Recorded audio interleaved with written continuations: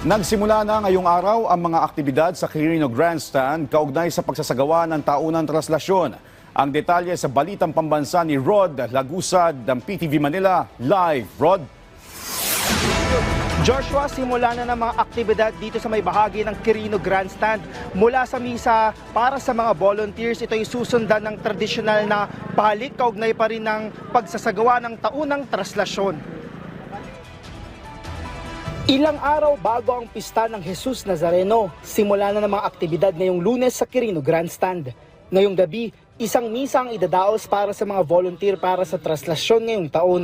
Ayon kay Reverend Father Robert Arellano, tagapagsalita para sa Nazareno 2025, ito'y pagbibigay halaga sa mga katuwang ng simbahan.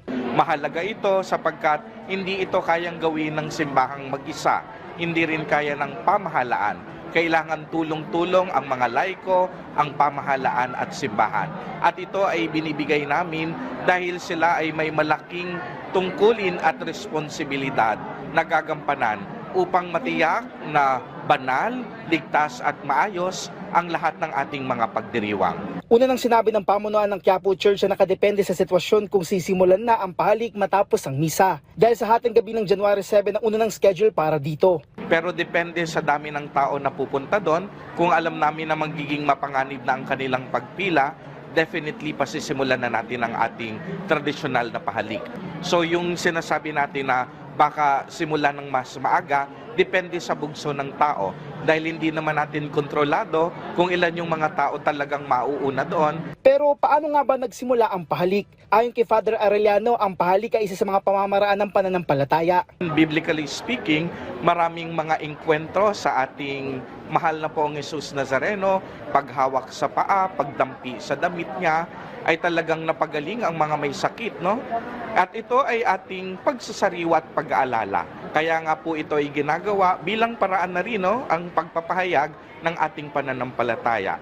Dahil nga meron tayong mga restrictions ngayon, kinakailangan pa rin ang iba yung pag-iingat. Kaya nga ang aming recommendations, kung maaari ay hawakan na lang po. Samantala, magde-deploy ang Philippine National Police ng mga nakasibilyang pulis sa darating na traslasyon ng Jesus Nazareno. Ayon sa PNP, ang mga nakasibilyang pulis ay hahalo sa mga deboto na dadalo sa traslasyon. Bahagi ito ng komprehensibong security plan ng PNP para matiyak na walang makakalusot na masamang loob kahit walang seryosong banta sa seguridad sa aktibidad. Higit 12,000 pulis ang ipakakalat para sa traslasyon, katuwang higit 2,000 mula sa AFP, PCG, BAP at iba pang kinaukulang ahensya ng gobyerno. Ating mga intelligence operatives ay mga nakasibilyan po yan at hahalo po doon po sa ating mga participants po ng traslasyon at magmamasid po sila doon para kung may mga namomonitor po sila ay mabilis na i-report po doon sa mga kunupokmadong pulis po natin na nakadeploy po. Kahit this is a religious activities, meron din po talagang magsasamantala dyan ng mga salisi, mandurukot, snatcher. Kaugnay nito, kanina ay nagsagawa ng send-off ceremony para sa mga security at safety personnel na kasama sa aktibidad dito sa Quirino Grandstand.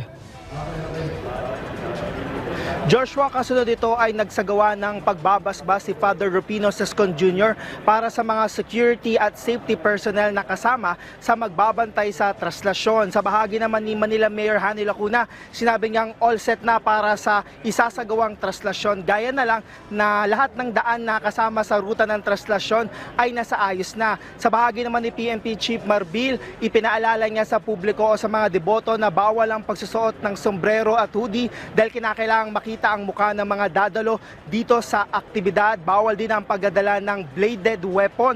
Kasama rin sa kanyang ipinaalala na sinisiguro nila na dapat makita ng mga deboto kung saan nakalagay o nakapwesto itong mga ambulansya at comfort room sakaling kailanganin nila. Sa mga oras na ito ay nagpapatuloy pa rin ang misa para sa mga volunteers at kung makita nyo sa aking likod ay may mga early birds na mga pipila para sa pahalik.